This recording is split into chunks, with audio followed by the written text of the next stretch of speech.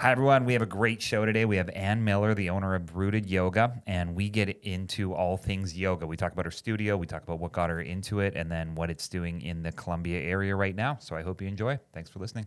This episode is brought to you by our sponsor, Warren and Dillon, the Midland's trusted personal injury lawyers. Here's some great advice from our sponsor. Hey there, Brett Warren with Warren and Dillon. I wanted to talk to you today about some of the biggest mistakes you can make when it comes to dealing with insurance companies. I think one of them is giving a recorded statement to the insurance company. The problem is that the insurance companies, they're doing these recorded statements to help their case and to hurt yours. And so they're going to ask some sneaky questions that are designed to hurt your case. One quick example, they'll ask how many feet away you were from the other car when you first noticed them. Nobody really knows the answer to that. But what they're going to do is they're going to say, hey, you should have noticed that other car, and now you're 20% at fault. So do yourself a favor, just don't do it or talk to a lawyer first. Trusted advice, proven results, Warren and Dillon.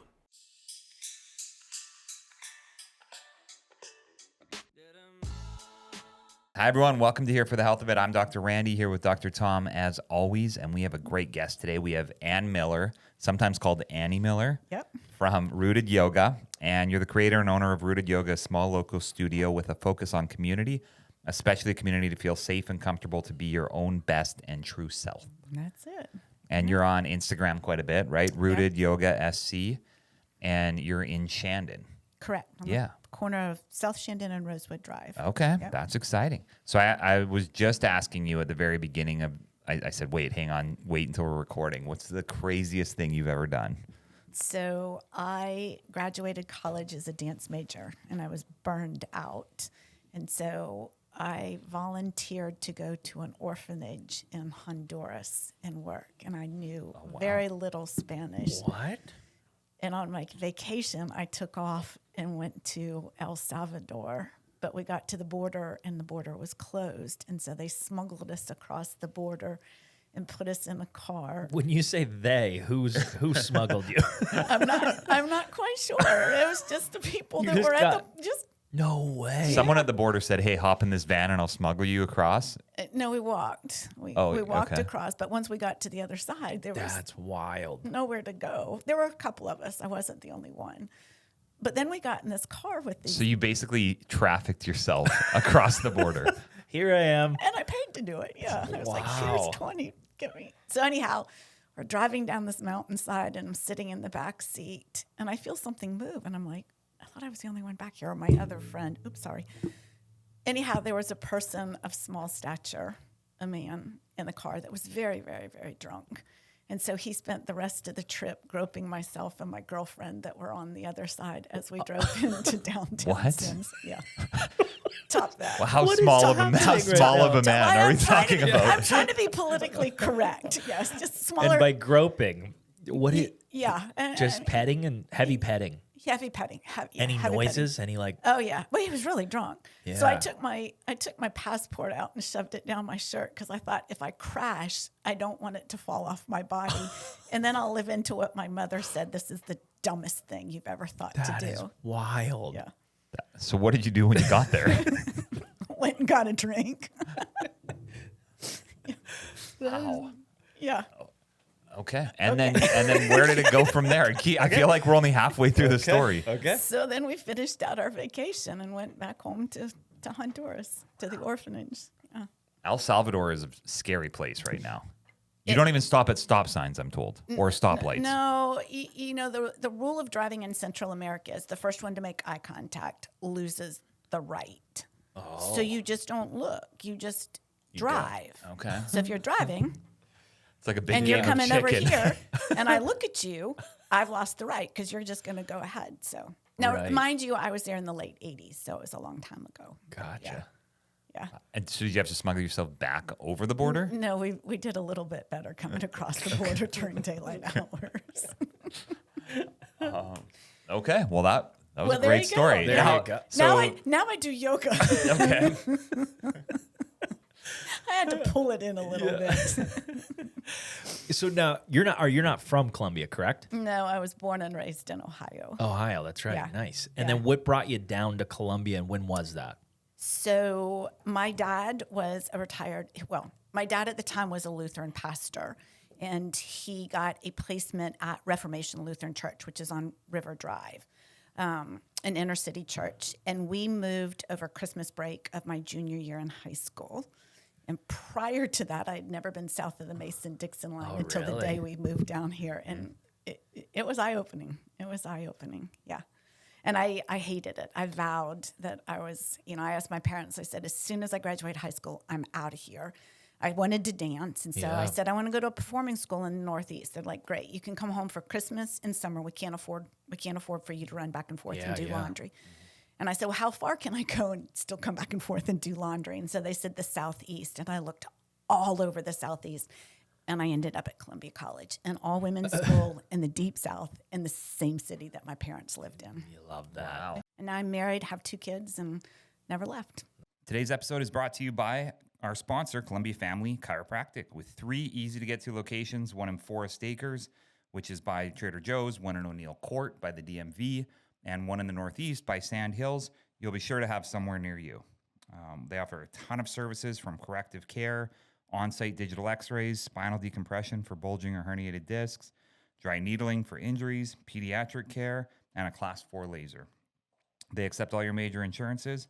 And if you mention this ad, you'll get a discount on your first appointment. Check out their website at cfc4health.com or Google Columbia Family Chiropractic. That's cfc4health.com.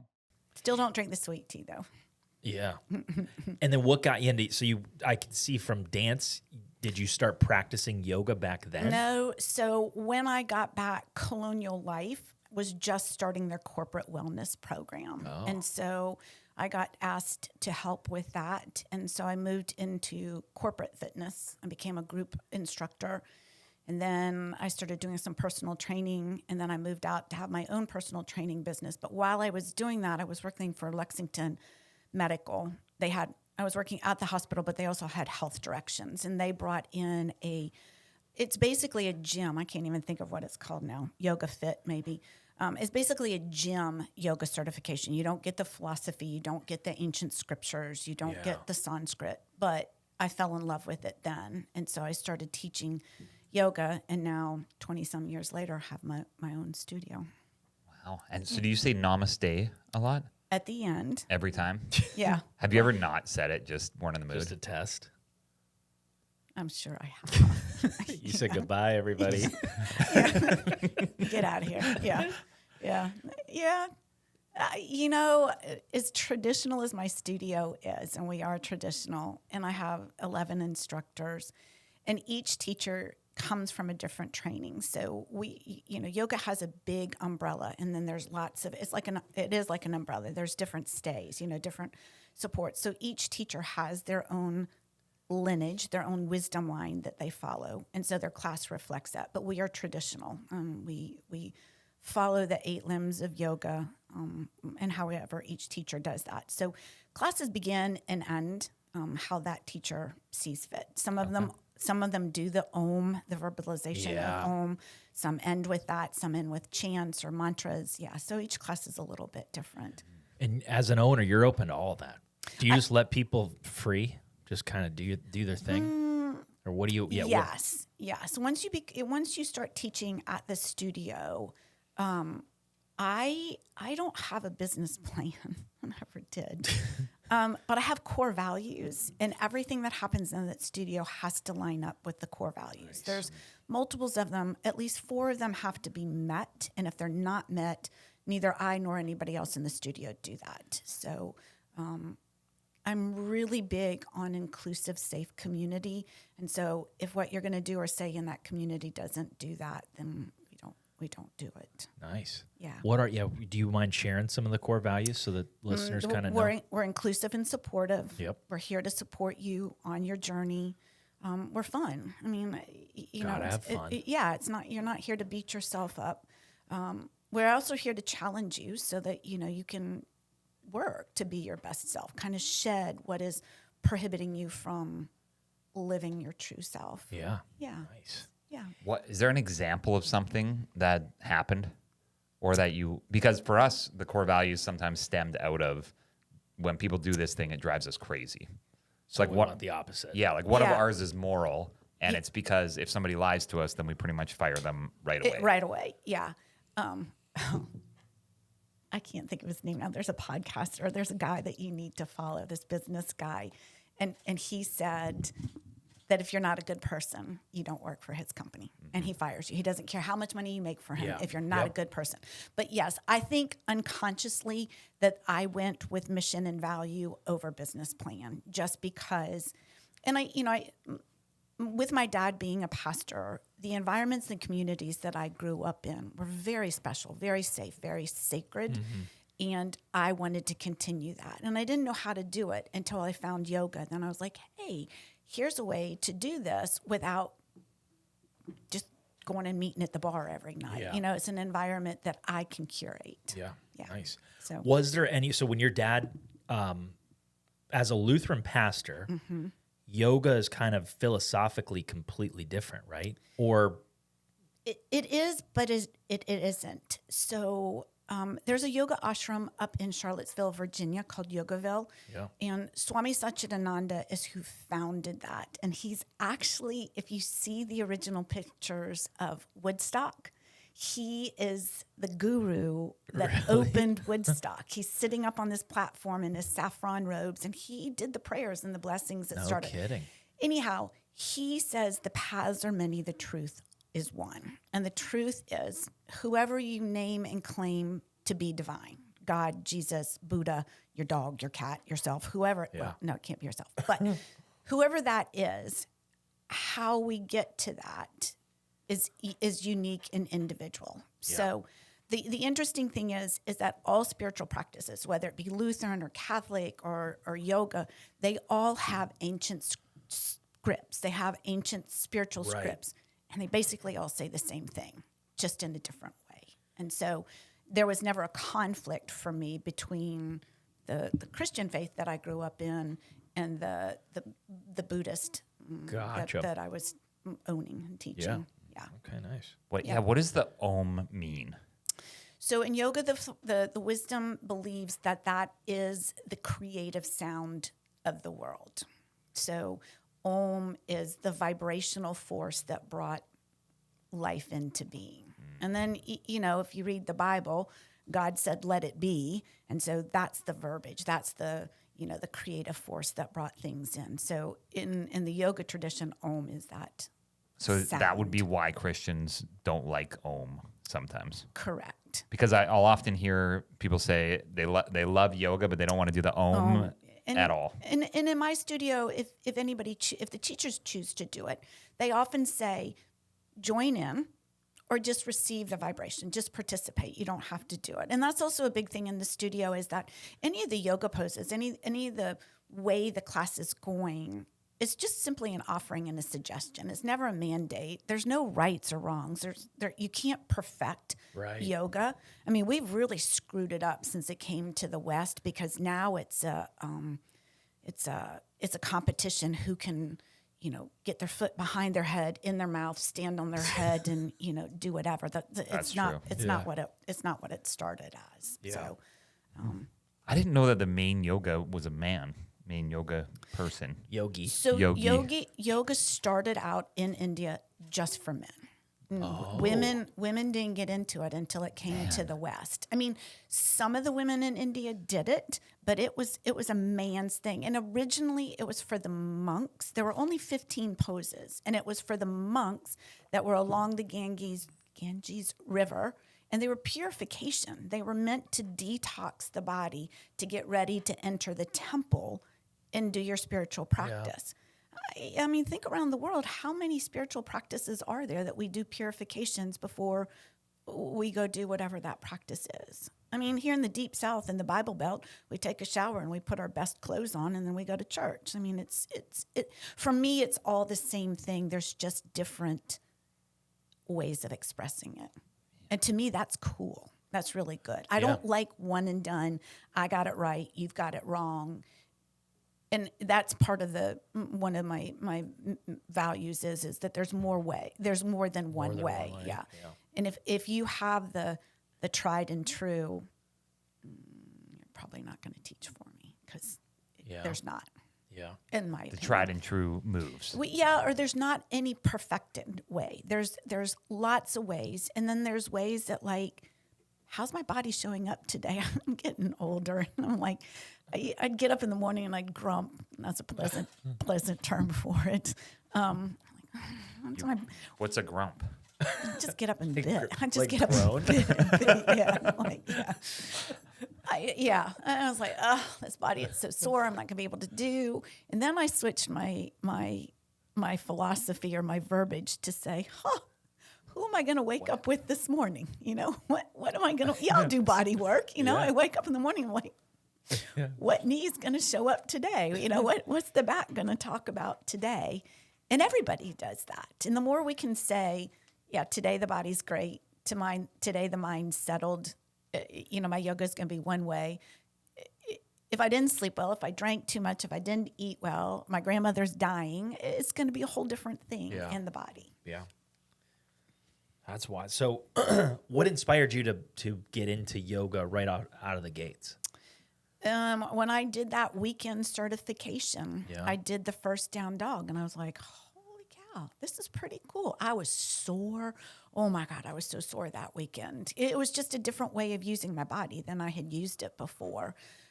Stretching is one thing, but yoga unites the breath to what the body's doing. So, I mean, you breathe when you run, you breathe when you lift, but the breath informs the movement and the abiding in a pose. So if you get into a pose and you find that your breath is short, sharp, and shallow, as we say, then the pose probably feels the same way. But if the breath is free and it's moving and it's deep and it's calm and it's continuous, then your pose, the way you move in and out of it, is probably also that way too. Gotcha. I bet mine are short, sharp, and shallow. You picked up on that quick. It's like that's definitely me in any sort of pose. So there's downward dog, which I know. Yep. There's cobra pose. Yep. Are those two of the original 15? Cat cow. No, they were not. Oh, really? No, they were not. What is there any in the top 15 or the original 15 that I would know? We call it Sukhasana, which is the cross-legged seated position that you traditionally start classes in. Yeah. And that was one of them. There were standing poses. Most of those original poses are, you're twisting and you're binding so that you are literally wringing out the body, so that you're preparing the body. So really all yoga is after is to calm this down, to settle the mind. We call it the monkey mind, the chitter chatter, that tape that runs in the back of the head, just to calm that down. And the way we get to it, so the 8 limbs of yoga are the morals and the ethics, the yamas and the niyamas. And then you do the physical practice. And then you do a breathing practice. And then you sit for the meditative practice. And then you move into sense withdrawal. And then you begin to focus inwardly. And then you arrive at the 8th one, which is what we call bliss or samadhi. So the physical practice is what the West focuses on the most. But in the East, you would do, or in a more traditional place, you would move from the physical practice to the breathing practice to the meditative practice. And so all you're doing with the physical practice is trying to get back to that cross-legged position so that you can sit comfortably and quiet to calm this down, to quiet that mind. Wow. Yeah. How long of a process is that? Like, can somebody do it faster, or is there like a timeline that's... No. Which for me is fabulous. It's not like, okay, you got to get this done in a year, and then we check the box and say you're a yogi. It's a lifetime process. And for some people, that's really frustrating. For type A, check the boxes off kind of people, they're like, oh, I got to get done. I need to achieve this. And it's really not. It's more about that. The meditation I read this morning was about pilgrimage. We're on a pilgrimage. It's this returning to the self and taking care of the self. Yeah. And so there's Bikram yoga as well. Correct. Which is the same 23 poses, I believe, Correct. every time. Every time. You do a unlimited number of poses. Correct. And there's wisdom to it. So Bikram kind of follows what we call Ashtanga, which is a set series of yoga poses. It's a very challenging There's 3 levels of it, and traditionally you would not move from level 1 to level 2 until you mastered level 1. So Bikram kind of comes out of that philosophy that in the predictability, in the repetition, the mind can turn off. You're not thinking, oh crud, what's next? Right. You can really focus on how the body. But Bikram it comes out of the tradition, but it's more of a Western That makes practice. sense. The type A likes to be able to move from A to B to C. Yep, in the extreme heat, and there's lots of humidity in a Bikram class. Do you like heat? I do not. No. No, I mean I don't like my classes cold, but I mean Bikram is comfortable. We're comfortable. I mean Bikram's hot. It's hot, hot. Yeah, have you done it? I have not done Bikram, but Studio Fire was pretty hot, I think. Yeah. And I like it. I mean, I like going in a sauna pretty much every day whenever I can. So yeah, and for me the nice. heat. If the heat gets distracting, then I can't focus on what I'm supposed to be focusing on. So yeah, like a studio, it's an individual thing. Yeah. I mean, and one of the things that I've always said about yoga, because Studio Fire is literally, if you walk out the back door of my studio, you run into Studio Fire. Oh, really? Yeah. Oh, nice. So when we moved as next door neighbors, people were like, what are you going to do? And I'm like, nothing. Well, why would I do anything? And I said, I look at yoga studios as I do Burger King and McDonald's. They have lived across the street from each other from the very beginning. They both serve hamburgers. Studio Fire and I both do yoga. We just put our own spin on it, and that's good. I mean, we do it on our hamburgers. We do it with our churches, our shoes, everything. There needs to be diversity in. And so I never judge or criticize somebody else's business plan as to how mine is. I talk to my teachers in the studio. I just stay in my lane. I like my lane. I know my lane. Right. And, rather than trying to, bob and weave like the crazy drivers on the highway, I just pick my lane and I pick a speed and go. That's nice. And that's good for me. Well, 11 instructors is a lot. It is. Summertime is a low time for us just because a lot of people come and go. So not all 11 of them. And some of my teachers are students too. So they leave for the summer as well. So we're on what we consider a summer schedule right now. Fewer classes, fewer teachers. Yeah. How do you know what's the right style for you? Like, I would imagine, say somebody shows up to one yoga class and they hate it, and then they never go to anything else, but it's just that style they didn't like. Yeah, it could be the style, it could be the teacher. I mean, Right. there's so much. And so I really talk to people when they come. I had some new people in my class last Friday. And after you've come, then I send an email to you and just say, hey, thank you for coming. I hope you come back to my class. But if not my class, find a class here that suits you, or find a class somewhere. Don't let your first experience be your only experience. And that should be everything in life. I mean, Burger King and McDonald's, your first hamburger, it shouldn't ruin or decisive. Now, liver is a whole different thing, but don't do that again. Don't eat liver again. Liver? You're not into liver? I don't like liver. I'll take it as a supplement, though. I think it is good for you, but I just... Organ It meats? is. Yeah. Organ meats. Yeah. I don't know. I don't know about Burger King and McDonald's. I don't think anyone should eat either of those. Well, I have to agree, but it was my I get my the business point. example of living across the street. Yeah. Well, I have a hamburger. Well, so right out my front door is Rosewood Dairy Bar, and I tell people if you want to go there, but go Right. after class. Going before class will not Won't work be out. good. Will not work Yeah. out for anybody. Because it'll be gassy. Well, or it may not stay with you. So yeah. Yeah. Is gassiness a big issue in the yoga It world? is, and you know what? It's Do you just let them rip? some people do. I don't- mean, what if they just smell let it terrible? loose. Like, Yeah. imagine being by someone and Yeah. it's ripping them. Yeah. I mean, most people try not to, but Okay. there's even I'm not trying to be uninclusive, but I cannot sit by that person anymore. yeah. The funny thing is that the wisdom of yoga, there is a yoga pose called Apanasana, and the translation of it is downward moving wind. And so the pose is meant to move the wind out of you. What's Yeah. the number of farts that you've heard in your career? I think there's one in every single class. Really? You know? So you're in the thousands, maybe? I don't know. Tens of thousands. Never thought to count and keep telling You gotta get your fart today tracker I got going. fart record time. No, thanks, guys. I hadn't thought about that. But, Great. now in IT. So, so it's pretty normal. Then people It is shouldn't feel normal. bad about it then, No. and just kind of let it go. yeah. They Or, shouldn't feel good about it, though, right? Like you're trying not to. well, I mean, there's a, yeah. Should you say like my bad or just Some people just say, or you just pretend like but or they you, do both. you blame like Becky next to you? It's like, I don't know whether you two can come to my class or not. No. It's like, I'm going to see you registered, and I'm going to be like texting my teacher. Okay, put him in the back corner by the bathroom. Don't They eat just- Terry. Oh, that's great. Okay, so what are the different? Are there like a list of different types so that people could almost stylistically search that ahead of time?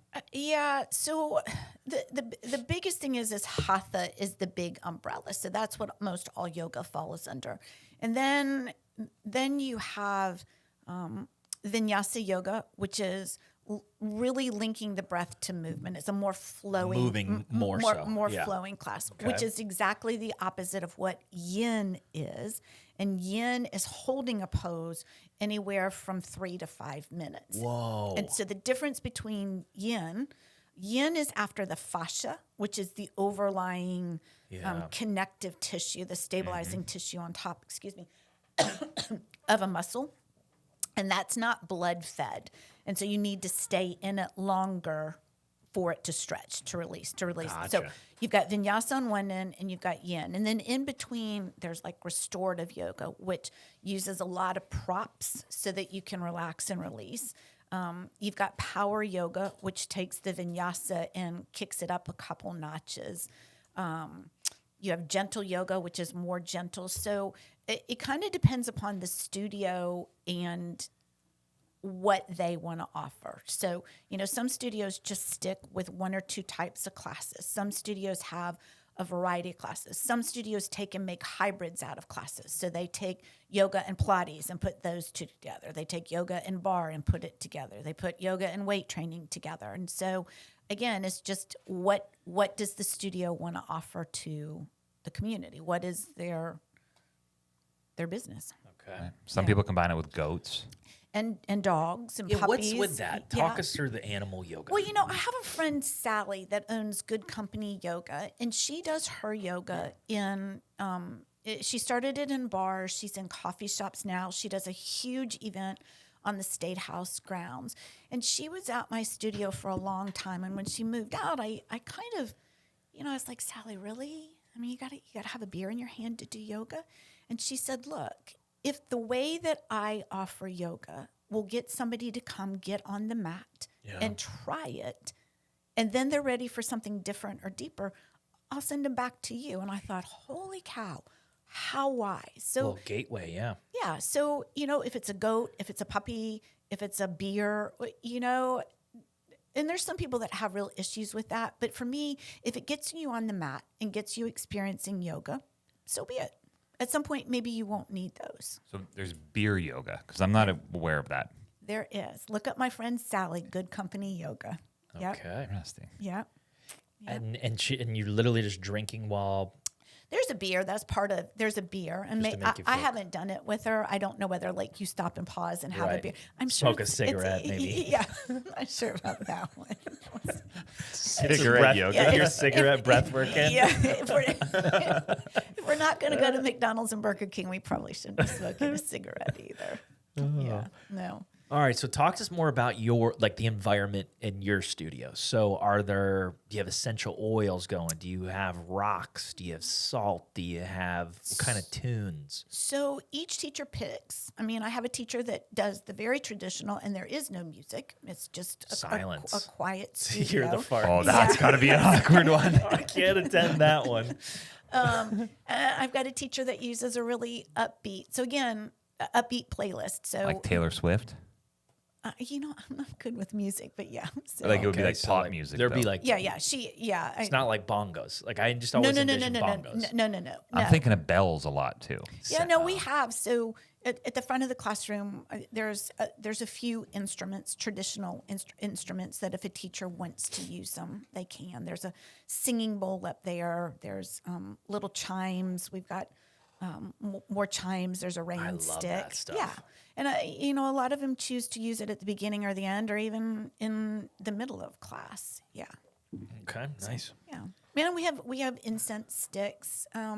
Try to, some people don't like it, or it's just hard for them to deep breathe if there's a lot of incense in the class. So do it before or at the end, just so it lingers.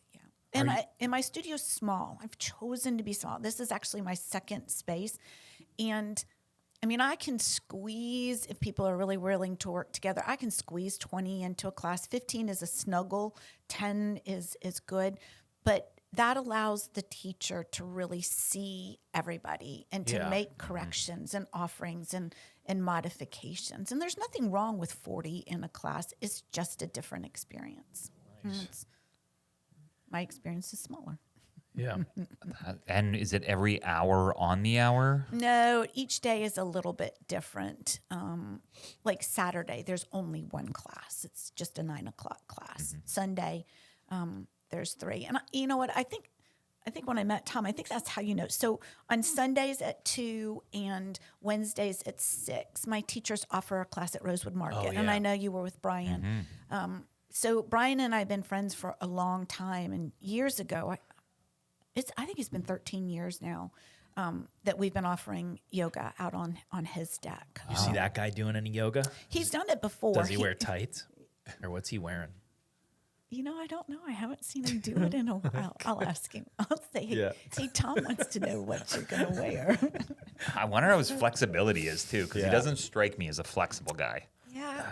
Yeah. He, when he did it, he preferred the warmer classes. Yeah. Yeah. So, yeah. Like It's tight when it's cold. Brian, I'm sorry. All right. Are you into rocks and stones and that kind of There stuff? are. I'm not so much. I mean, Okay. I have a little bit of whatever I can consider a part of this holistic practice. So yeah, there are some rocks, there are some stones. We have the little salt candles, that you can put a candle in, and it helps release the purifying effects of the salt candles. But again, it's kind of that thing of my lane. I'm not extreme one way or the other. Just kind of just there's a little bit, and if you need more, I can direct you to who you might want to go to get more of that.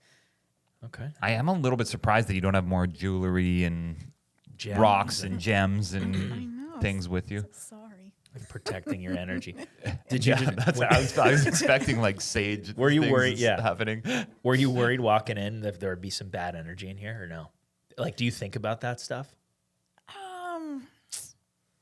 You felt No. good, Well, first and foremost, I met you at the Rosé Resilience. Felt great. And I liked your energy, and you shared a power cord with me. So I was like, you're okay. You're generous, You're cool. inclusive. You're inclusive. I'll plug into you. Yeah, literally. But it's also one of those things that,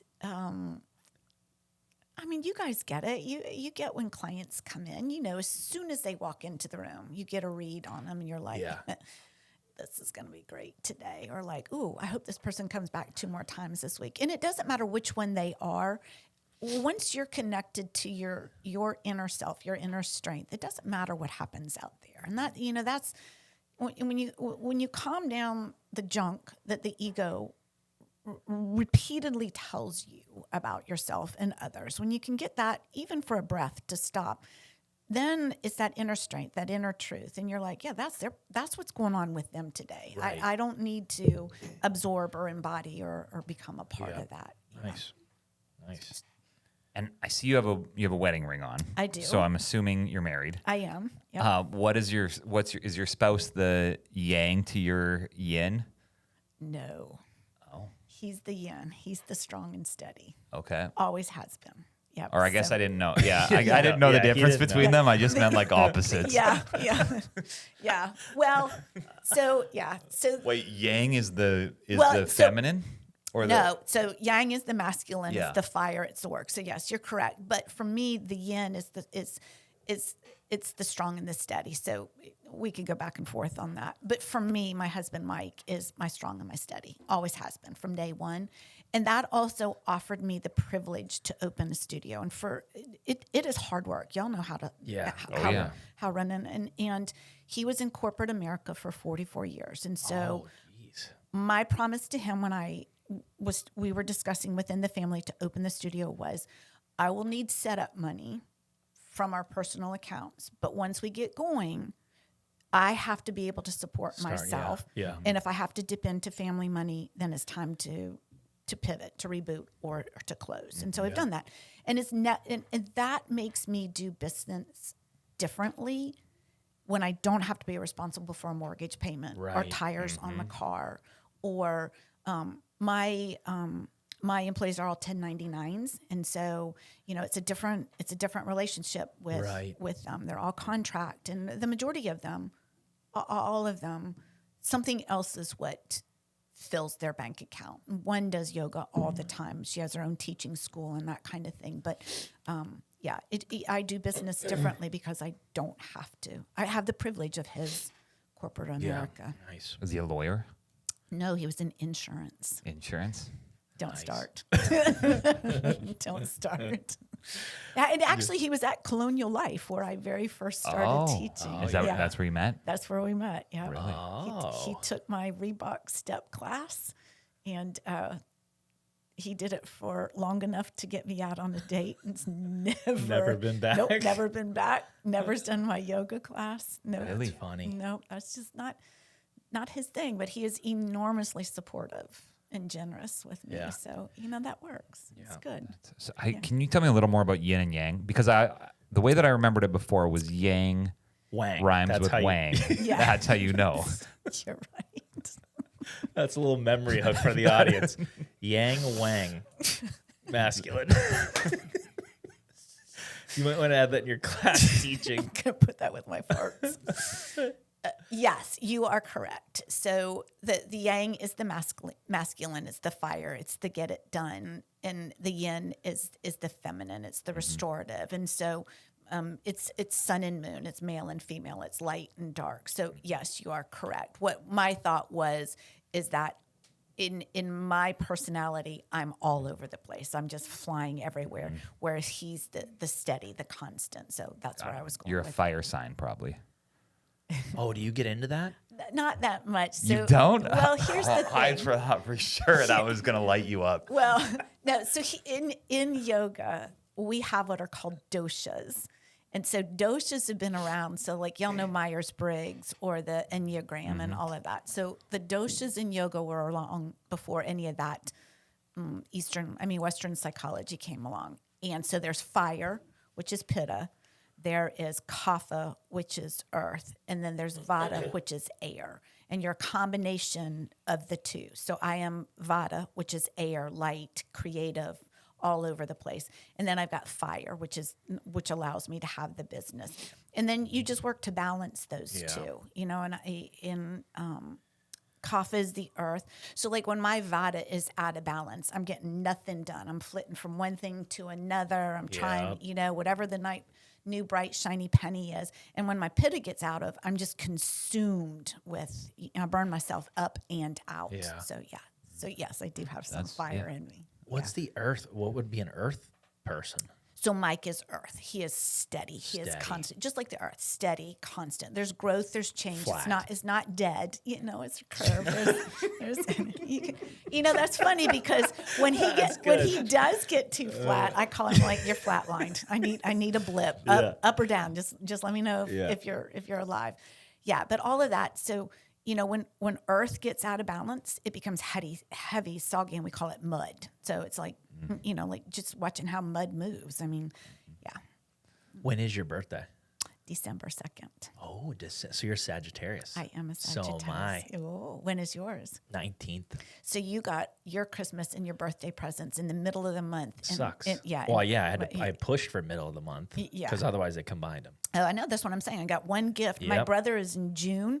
And I'm like, He got loaded with presents. so Yeah. I said, I want my birthday in June too. And they're like, no, you can't do that. I'm fine. March. I don't care what it is. Right, pick another. August. I don't care Yes. what it is. My parents did a really good job of separating the two and celebrating Yep. the two. Nobody else in the family did. My friend was a big celebrate his half birthday. Like that Yes. was his like big celebration was half Yes. birthdays. My brother got retaliation though because he has the birthday in June 12th, and my youngest child was born on June 12th. And he's like, great.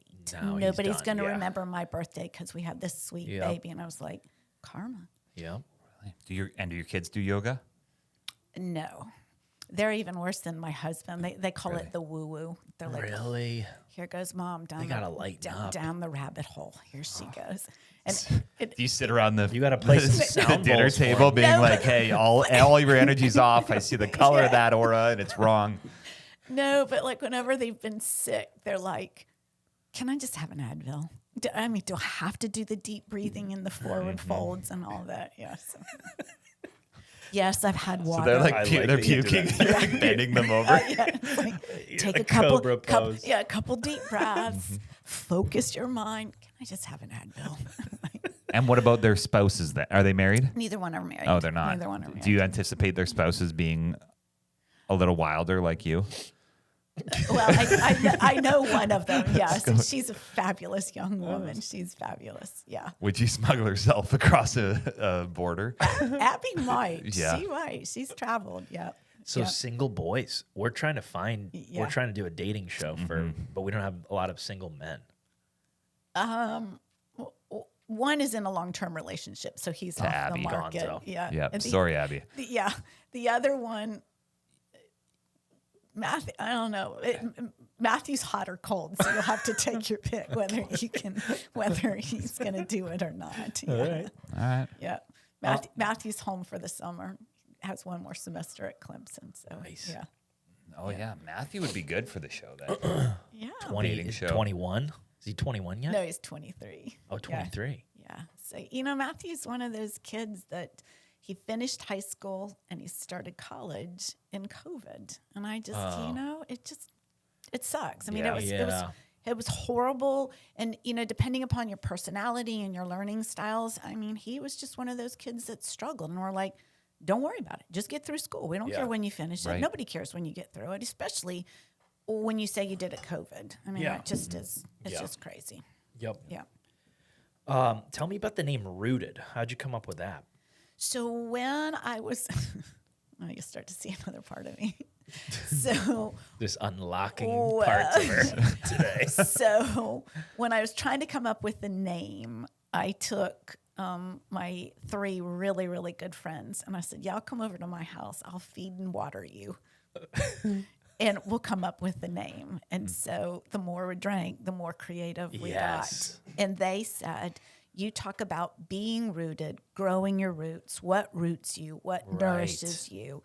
And so Rooted came. And when I first started, I was rooted in well-being, a yoga and wellness studio, because I had this desire to create a community. I wanted a big building. It's kind of like what the Sola salons do, where everybody kind Yeah. of has their own. But I wanted like-minded people that did wellness modalities, not necessarily yoga, but like-minded people to be in one concentrated area. And I wasn't ready for it business-wise. Columbia wasn't ready for it then. And so I rebranded a while ago just to Rooted Yoga. But I do other things out of the studios. We have poetry readings and art classes and art shows. We do sound healings. And so, I mean, it is not just yoga. Yeah. That's cool. Yes. What? So I've been thinking about the Instagram reels where they'll have people with the energy and they'll be away from them, but they'll be like moving them up and down. Have you seen those? Oh, yeah. Like they're like somebody be laying on the table, and then I'd wave my hands over top of him and his body, like I'd be like, oh, and Randy. And they're kind of like grabbing there's And a lot then of I'd, like, this. pretend Are like you I watching yoga or magic? It's kind of magical. I'm trying to figure out. Well, I picture like it a like a healing. sound or energy healing type thing that they're Yeah. showing, but I never know on Instagram. I'm very cynical, so I always think Yeah. anything on Instagram's fake and I mean, whatever. everybody's experienced when you're in the presence of somebody else. There's energy. I mean, there is, and whether it's a lot or a little. The sound healings use the vibration of the instruments to Penetrate. to move you, to get into you. I don't know that we've had anybody levitate off of the floor, but Yet. I mean, yet. There we go. But yeah, I mean, there's a really cool one. Instagram has it somewhere where they put sand on metal plates, saw metal that. dishes, and then you put sound to it. And the shapes that the different sounds, that the different vibrations create are amazing. Yeah. And so, that's when. And you put it under a microscope and it's No, different. you No, can no, see this it. is- You can see it. It's Yeah. on a It huge. It builds like a sandcastle or something. Yeah, no. Wait a Like a second. mermaid shows up. It's levitating. Yeah, it just builds right up. No, but for me, one of the really cool things, and when you guys are asking this, and WIS wants to do a thing on alternative and holistic, but one of the cool things for me about yoga is that, depending upon what you look at, it's been here at least 3,000, if not 5,000 years. Mm-hmm. And one of the things that modern medicine is coming back around to is what we learned and know from yoga. So yoga is the more physical part of it, the daily part of it. Ayurveda is what we would consider the lifestyle. So it's the health and the medicine, it's the eating, and it's the sleeping. And a lot of modern medicine or medicine practitioners of any sort, like you guys, are coming back around to what yoga and Ayurveda have always known.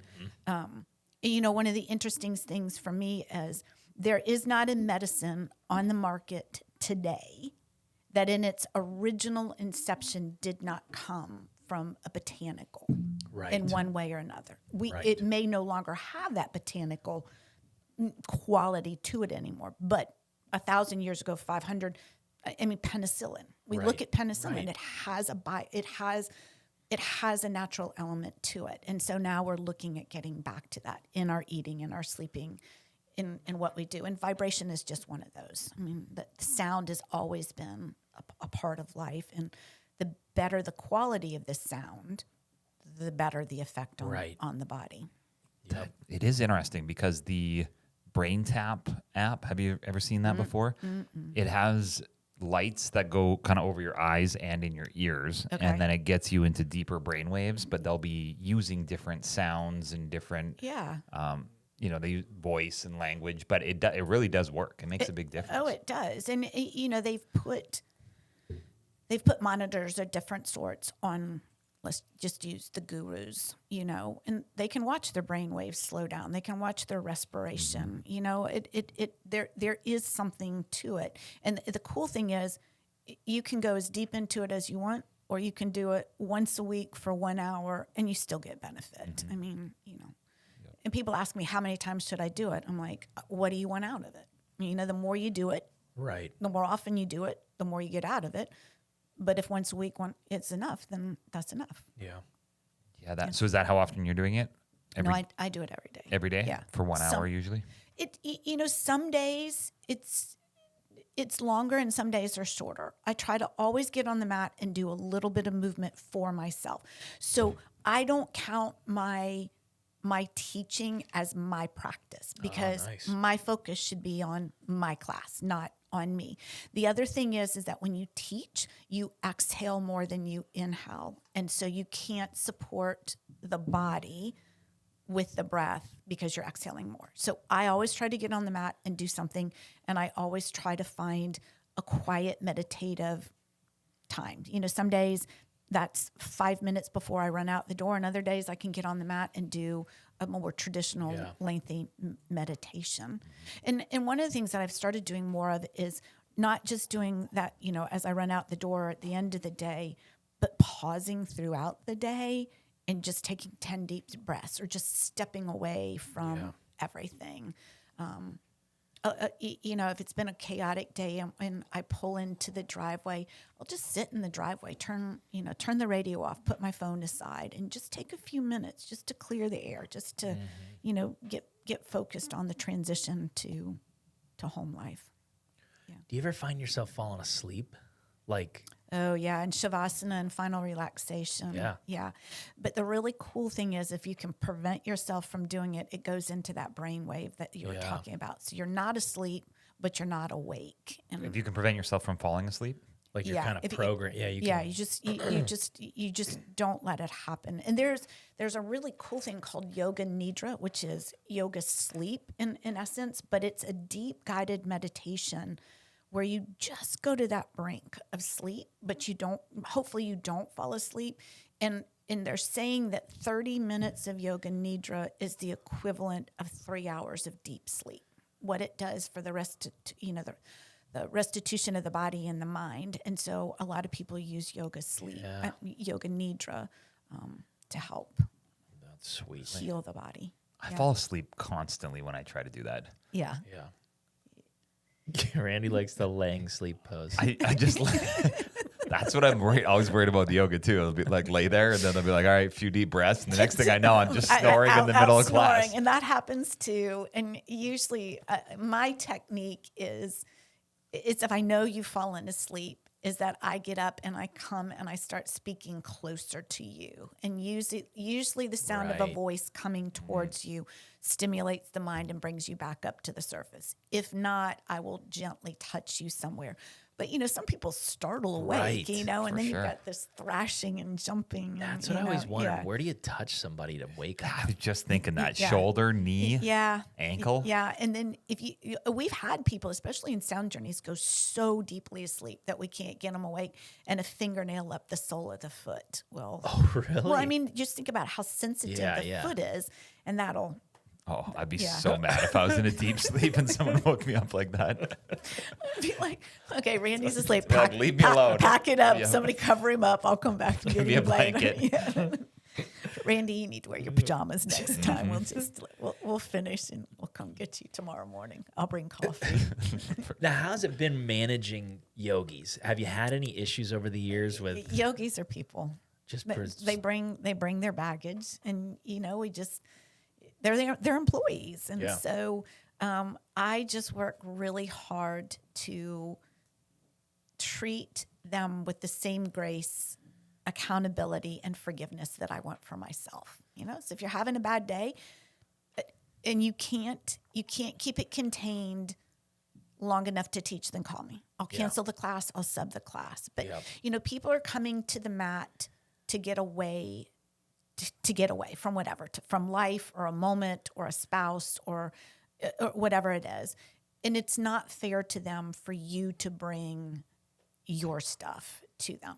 Right. Now, there is a difference saying, hey, I hurt my back playing softball this weekend, so I can't do some of these. I'm not going to demonstrate. That's a difference. But if you can't get through the whole class without dumping your stuff on them. That's just not fair. That's not what they're paying for. I mean, that's like paying to go for a really good dinner and getting a McDonald's hamburger. I mean, they're paying for an experience. And if you can't provide it, then it's not good business. Right. Yeah. What would it what's your interview process like? Like, I've always thought it'd be funny to not be qualified at all, but I would never want to waste a business owner's time, but go in and try to pretend to go through the motions and get hired. The basic requirement is you have to have what we call a 200 level certification. Gotcha. So I get a lot of cold calls. I get emails. I get texts from people. Hey, I'm Susie Q. I teach yoga. I didn't know if you needed anybody at the front desk or, to do laundry or to teach yoga. And I'm like, which do you want to do? And so I always say, okay, go to my social media, go to my website, look through it. If the vibe of that fits with you, come take a couple classes. Don't take the same class. Take a couple different classes. If the vibe still works for you, call me and we'll have a meeting. Yep. If you have a 200 level. If you don't, and there's a lot of studios that do their own in-house. So Right. Like teach, like kind of training. for their style of teaching. Mine is Yoga Alliance is a large governing board for the yoga community. And so if you've done a 200, what we call YTT, yoga teacher training, it has been approved by Yoga Alliance. And so I can rest assured as an owner that even if you got your YTT in Bali or you got it in California, that the majority of what you got will align with what is happening in my studio. Nice. And, for me, if somebody's not willing to do that, if they're not, I think yoga should be for everybody. So my drop-in rate's $15. If you're not willing to spend $15, $30, or $45 to invest in me, I'm not going to do the same. Yep. It's a two-way street. So Do you have an unlimited package too? I do $99 for a month. Really? Yep. That's great. Yep. And some people do that. Some people don't. I know as the studio owner that the majority of people take a teacher. They don't take a class. And so they rearrange their schedule to go to a class when that specific teacher is teaching. And they may do 2 or 3 different teachers. There's only a small percentage of people that do a class because that's the only time they have. I only have 6 a.m. Right. Got to get it done before the kids, before work. Or I only have 6 p.m. I've got to do it before I go home. And so and they'll take whoever it is. And so I'm able to plug in teachers that are certified. So I know that they do. And then there's higher levels of certifications for that. Yeah. So there's sometimes then when a teacher will be full all the time, and then other teachers where there's one person in the class, maybe. Right. And then once that happens for a certain period of time, you have to have a conversation with the teacher and say, nobody's coming to your class. Right. And so I look at it for 2 directions. When did I put it on the schedule? Where did I put it on the schedule? And who is the teacher? Mm-hmm. If it's a brand new teacher, then we're going to reorganize. We're going to do it. I don't put new classes on during the summer. It's just not a good time to try to grow a class. I ask a teacher for a 3-month commitment. Do this class. 1 person shows up, no people, 12 people. I need you to be there, ready to go, bright and shiny for 12 weeks. Yeah. And then we reevaluate. If the people are saying, hey, I like 4:30 better than 4 o'clock, then we're going to move for those people if that works with the teacher. Mm-hmm. And some of it is, as it is with anything in life, the amount of work, the amount of offering that the teacher is willing to do is going to change the size of the class. Yeah. Mm-hmm. If you know everybody's name, if you know the corner of the room that they like, if you know the poses that they like, if you show up regularly rather than subbing your class out, that all makes a difference. I mean, it's the same with anything in life. Tom likes getting his photo taken whenever he's working. Yeah. How do you request that? If I brought do I need to bring my own camera person? You just let me know, and I'll just have an extra teacher there to take pictures of you through the whole class. I need to know what you're going to wear different first. angles I need to know what you're going to wear, whether you want the room hot or cold. Too, Are people really picky about their position, like where they set up? Because I feel like that could be a little you could be anxious going into that. I don't want to be the front guy. Yeah, so I do have some people that have a particular spot of space in the room that they really like. And if it really means that much to them, they're one of the first ones to arrive so that they can get there. Okay. I try not to make it like, oh, I'm sorry, you can't be there. Right. Tom, you got to move. That's right. That's Betty's spot. You got to move. And for the most part, if people are regular in a class, they know where people like to be. And they, that's the community aspect that I like about that, somebody will come in and they get there before Betty, who has a particular spot. And they're like, is Betty coming? And I'm like, yeah. And they're like, oh, let me put props down for her and mark her space. And that to me means I've accomplished what I want in my community, that when others look out for each other, then I've accomplished what I wanted. Yeah. And is there appropriate clothing?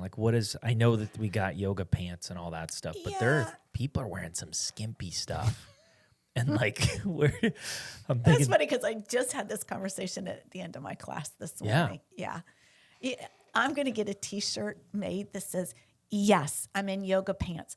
I own the studio." It's not. I didn't get up this morning and say I'm going to put yoga pants on Yeah. because and there's nothing wrong with it. I mean, but I don't think I understand the T-shirt. because everybody wears yoga pants all the time. Oh, And I don't want people to think, oh, there's another one of them in yoga pants. I mean, I wear yoga pants because if I was a 'Cause you're doctor, doing yoga. right, if I was a doctor, I'd wear scrubs. Yeah. If I'm Yeah, a yoga I teacher, I see. got to be in yoga pants. Yeah. But I always tell people something that's loose fitting, that's comfortable, and is not too warm. I've had people and show up. not revealing. Like, there's some loose fitting shorts. Yeah. that you're seeing parts. You do see. You've Yep. seen some parts in your day. I have seen some parts. It's tough, right? Sometimes it's turning beet exciting. red right no, sometimes you're excited. No, And never. You've never, and you're not. There are sometimes where you're like, "That's exciting." I accidentally, and then sometimes, it's like, "Whoa, we gotta have a talk." all right. We need to reset. 10 deep breaths. I'm like, okay, and so we're going to move to another pose. Yeah, I can tell I can look at somebody when they walk in the room and say, we're not going to do. downward dog. Or, Well, downward dog's not that bad, but there is one called Happy Baby where you're on your back and you're you're pulling your knees Oh, up yeah. and you're getting hold of your feet. It's very exposing. It's a very vulnerable pose. Yes.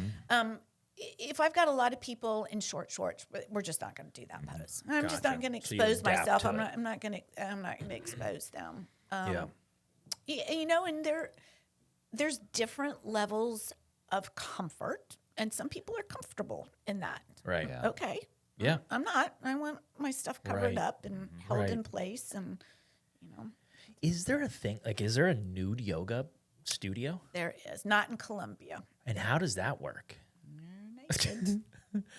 Like, is that just New a York has them. like I'm just thinking like legally, how do they do that? Like, is that just I've never thought to look into to it. get into it? Yeah. You don't want to offer that.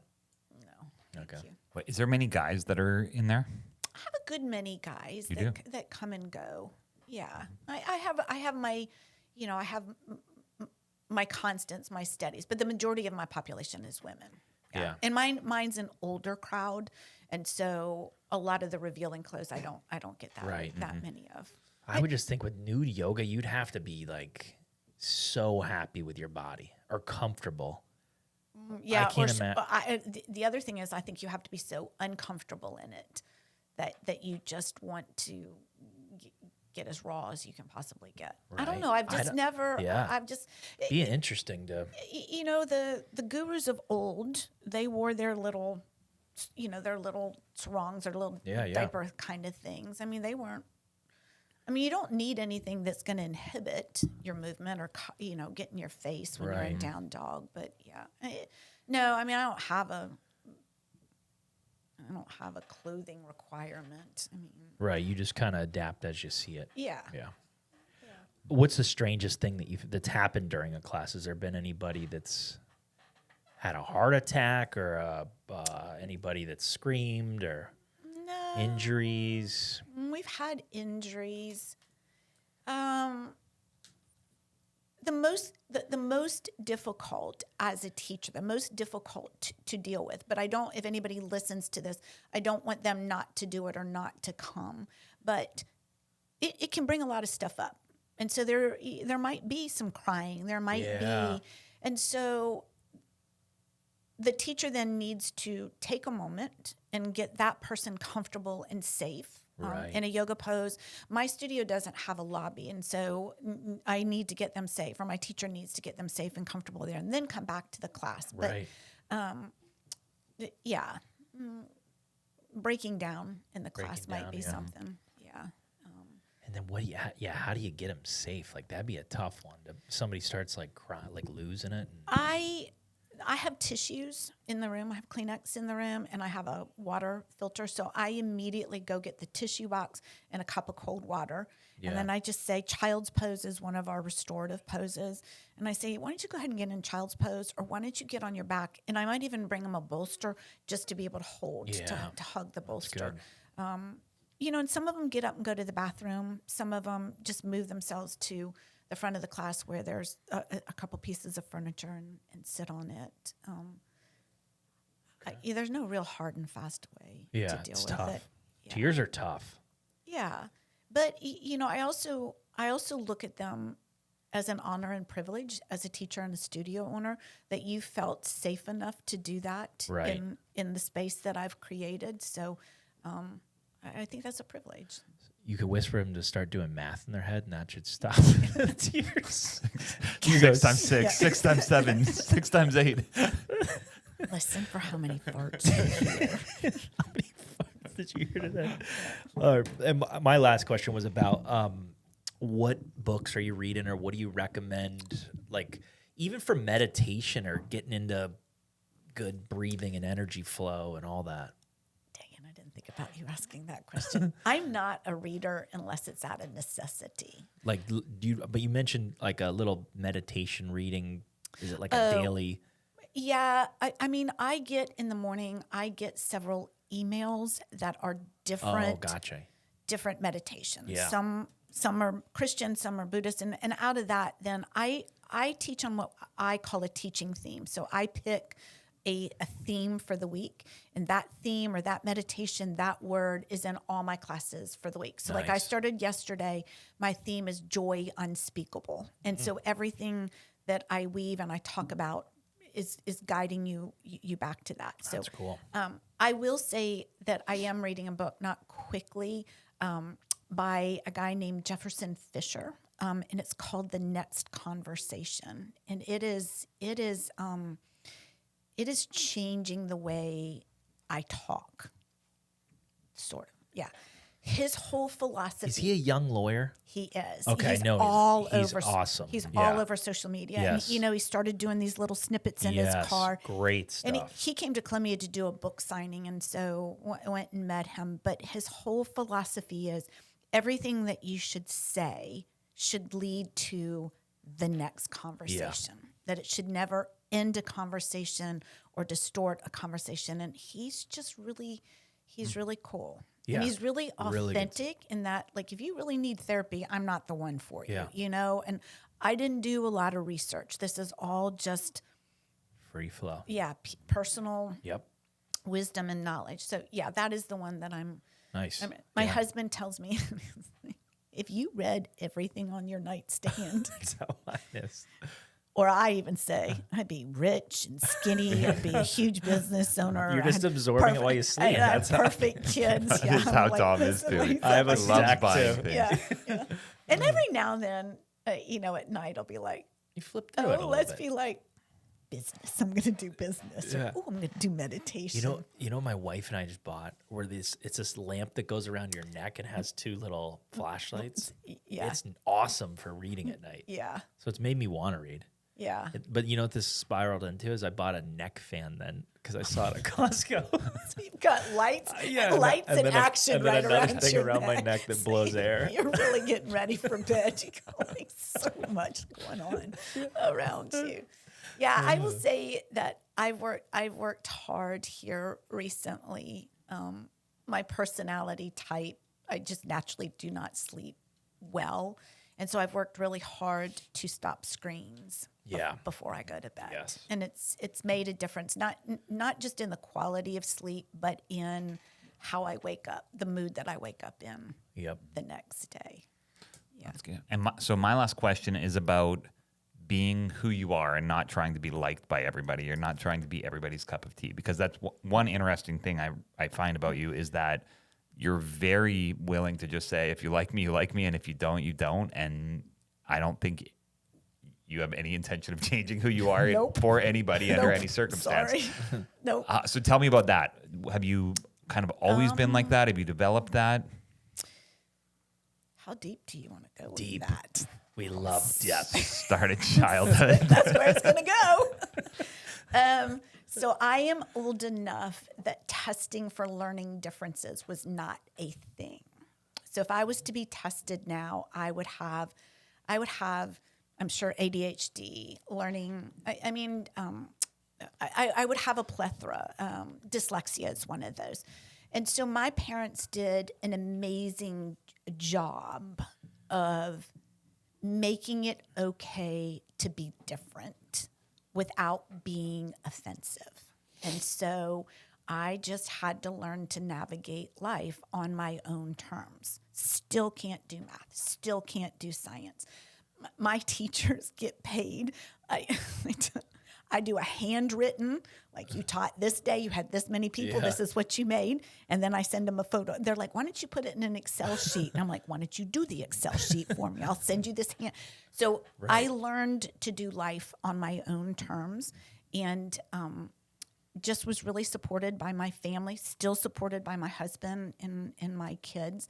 And then when I started getting into yoga and my own personal faith deeper, I realized that any of us, the more we live who we truly are. So it doesn't matter which spiritual practice, who you were born as, divine, whatever you all want to call it, is inexhaustible. You can't exchange it. You can't get rid of it. And so the more you connect with and live from that place, the easier life is. You don't have to come up with lies and cover-ups, and you don't have to push to be somebody. It's a lot of energy. I just don't want to do that. I just don't want to work that hard. I'm lazy in nature. I'd rather sit with a glass of red wine and talk to people than read a book or do anything else. Yeah, no. That's good. Yeah. All right. And then how can people find you, support you, reach out to you? So the website is rootedyogasc.com. And once you get in there, there is you can go through and you can learn all about us. There's a take a class now, and that'll take you to the sign up platform, and you just scroll through and you find the class. You can do it as a drop-in rate. You can buy a class package. I'd say follow us on Instagram and Facebook. And just come once and be a part of the community. I'm very proud of what we are, and it's not just me. I mean, if I had a studio and it was just me, I need teachers, I need people, I need community. And so I feel very strongly that once you come and be a part of the community, again, you're either going to say, yeah, this is for me, or I'm going to go somewhere else. And that's okay. And I want you to do that. Yeah. That's great. Well, thank you so much for being on the show. This has been fun. It was great. Here We're here for the health of it. for the health of it.